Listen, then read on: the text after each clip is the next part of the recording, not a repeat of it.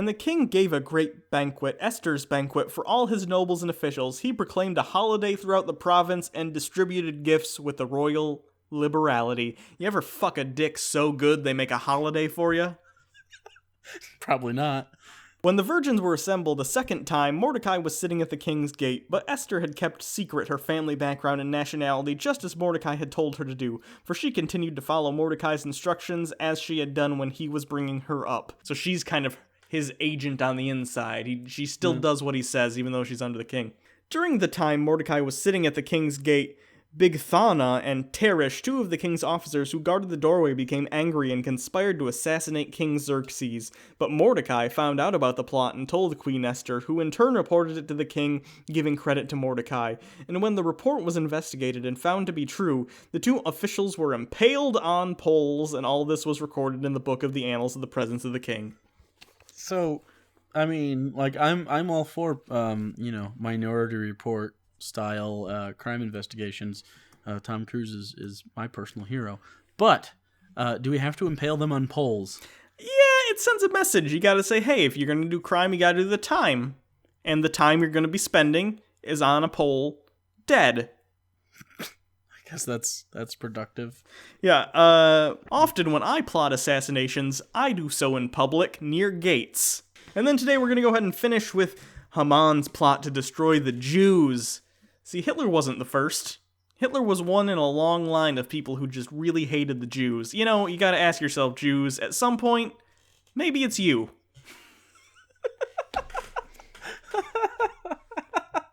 After these events, King Xerxes honored Haman, son of Hammedatha, the Agagite, elevating him and giving him a seat of honor higher than all of those other nobles. All the royal officials at the king's gate knelt down and paid honor to Haman, for the king had commanded this concerning him, but Mordecai would not kneel down or pay honor to him. We don't know why. He's just kind of obstinate. Then the royal officials at the king's gate asked Mordecai, "Why do you disobey the king's command?" Day after day they spoke to him, but he refused to comply. Therefore, they told Haman about it, and to see whether Mordecai's behavior would be tolerated, for he had told them he was a Jew. This is getting convoluted. I always feel super uncomfortable whenever I have to use the word Jew in sentences like that. Does anyone else feel that way? Isn't it weird how the word Jew can sound like a slur, even though it's not? It bites a little bit. It's got does. a little bit of heat on it. Like, what's up going on with that guy? Oh, I don't know. He's a Jew. Like, it's an inflection thing. Like, instead, I could say, like... Yeah, but you couldn't even say it happy, though. If you go like, oh, what's wrong with that guy? Oh, he's a Jew! Now it sounds like you're too excited about the fact that he's a Jew, making it also a slur. I want to... See, now I need to convert to Judaism. I want people to talk about me all the time with weird inflections. He's a Jew? See? Nothing. He's a Jew! Nope. There's no correct way to say Jew and not have it sound weird or insulting. When Haman saw that Mordecai would not kneel down or pay honor, he was enraged. Yet having learned who Mordecai's people were, he scorned the idea of killing only Mordecai. Instead, Haman looked for a way to destroy all of Mordecai's people, the Jews, throughout the whole kingdom of Xerxes. Wow, that's kind of extreme. Yeah, it's a little bit. I mean, honestly, in fairness though, if this guy had succeeded, maybe World War II wouldn't have been as bad. I don't know. Maybe people would have let Hitler be a little bit. Like, oh, well, I mean, he's taken over Poland, but that's just the Poles. So fuck the Poles. Yeah. But then we never got to see his end game. What if it was awesome? Yeah, have you ever seen this all means to an end? Have you ever seen the designs of like what Hitler wanted the capital city to be once he finally conquered the whole world, basically? It looked beautiful. I'll give the guy this. The architecture style was awesome. Maybe he should have gone into design. Maybe painting wasn't for him. Maybe exterminating a whole race of people wasn't for him. Maybe if he had been given another chance, architecture was the way to go for Hitler. You know how silly he probably felt after that? If he had survived and became an architect, he'd go, ho, oh boy, that would have been bad. In the 12th year of King Xerxes, in the first month, the month of Nisan, the Pur, that is, the lot, it says in parentheses, and I don't care, was cast in the presence of Haman to select a day and month, and the lot fell on the 12th of the month of Adar. Then Haman said to King Xerxes, "There is a certain people dispersed amongst the peoples in all of the provinces of your kingdom who keep themselves separate. Their customs are different from those of all the other people, and they do not obey the king's laws. It is not in the king's best interest to tolerate them. If it pleases the king, let a decree be issued to destroy them, and I will give 10,000 talents of silver to the king's administrators for the royal treasury." What a simpler time when you could say, "Hey, I'll donate to your kingdom. All you gotta do, wipe out this entire group of people." This is why I want to see Donald Trump in office. I'd like to see more of this. I'd like to see more people bribing people to kill entire races of people. I think it would turn out really well. I wonder who would be the last one standing. Surprisingly, it probably wouldn't be the richest one. No, it wouldn't, because people could pool their money. Right. It's a publicly funded sort of thing. I think the last one standing will be the Inuits.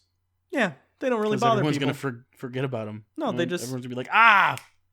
That could have been a quick one we could have got rid of, but we forgot. We forgot they existed. Stay up north and shit into buckets. You do you, Inuits. You gotta do you. You know they have this weird old fermented, like, pickled blubber that they eat? Oh, that's disgusting. Yeah, and that's why they survived. Yeah. Good for them. Way to survive. 13th day of the first month, the royal secretaries were summoned. They wrote out in the script of each province in the language of each people of all Haman's orders to the king's satraps, the governors of the various provinces, and the nobles of the various peoples. These were written in the name of King Xerxes himself and sealed with his own ring. Dispatches were sent by couriers to all the king's provinces with the orders to destroy, kill, and annihilate all the Jews. Young and old, women and children on a single day, the 13th day of the 12th month, the month of Adar, and to plunder their goods. I'll give them this. I disagree with genocide, but you gotta say something about a guy who says, we're gonna get it done in one day. Even Hitler didn't do that. It's just efficiency. It means he ran a tight ship. A tight genocidal ship. Kind of like Amistad. Weren't they freed in the end? Yeah, but a lot of them died. It's fine. They shit on each other and stuff. It was bad. There was poop involved. Kunta Kinte was around. That's Roots. He was probably already in America at the time. And then the other guy that was in Blood Diamond, he was definitely on the ship. A copy of the text of the edict was to be issued as law in every province and made known to the people of every nationality so that they would be ready for the day. What's the preparation for that like? It's like a purge. It's like a Jew purge. See, you still didn't make it. It still sounded like you were being slurry. Well, I mean, how can you not be slurry? It's a Jew purge. The couriers went out, spurred on... You said cunts? No, that's... The cunts went out. The couriers went out, spurred on by the king's command, and the edict was issued in the citadel of Susa. The king of Haman sat down to drink, but the city of Susa was bewildered. Okay. So at least the people in the city were kind of like, oh, this is iffy. I don't know if we should kill all the Jews. They seem all right to us, but okay. Xerxes, whatever you say, man. So yeah, that's this section. Next time, we'll see what Esther does about all this nonsense, because she's going to use her pussy power to stop genocide. That's all Hitler... If Hitler had a better girlfriend, maybe Germany would be bigger than it is today. I just imagined a Captain Planet-esque beam coming out of her vagina. I think vaginas can do that secretly. You think so? I just think why they're they have waiting. Power over us sometimes? They're just waiting. One day, we're all going to turn our backs at the same time, and we're all going to get blasted with vagina lasers. Anyway, and so thanks, everyone. You can always check us out on Twitter at Bible Reloaded. You could follow Hugo at Hugo Reloaded, and if you so choose to do, you could subscribe and become one of the elite people that will make it into the gates of heaven. I'm trying a Jehovah's Witness angle with you this time. Did it work? Yes. Also, we can't celebrate anything. It's okay. I'm not happy most of the time anyway. I don't have anything to celebrate. You can always donate to our Patreon campaign. We do a once-a-month only patron-only hangout. It's a lot of fun. We hang out, we talk to you guys, answer some of your questions, read a comic book together. It's a lot of fun. So join us next time if you donate any amount of money. Or don't. Whatever. I don't care. So thanks, everyone. Until next time, I'm Hugo. And I'm Jake. And this has been the Bible Reloaded, and I gotta get out of here. I have a beauty pageant to judge.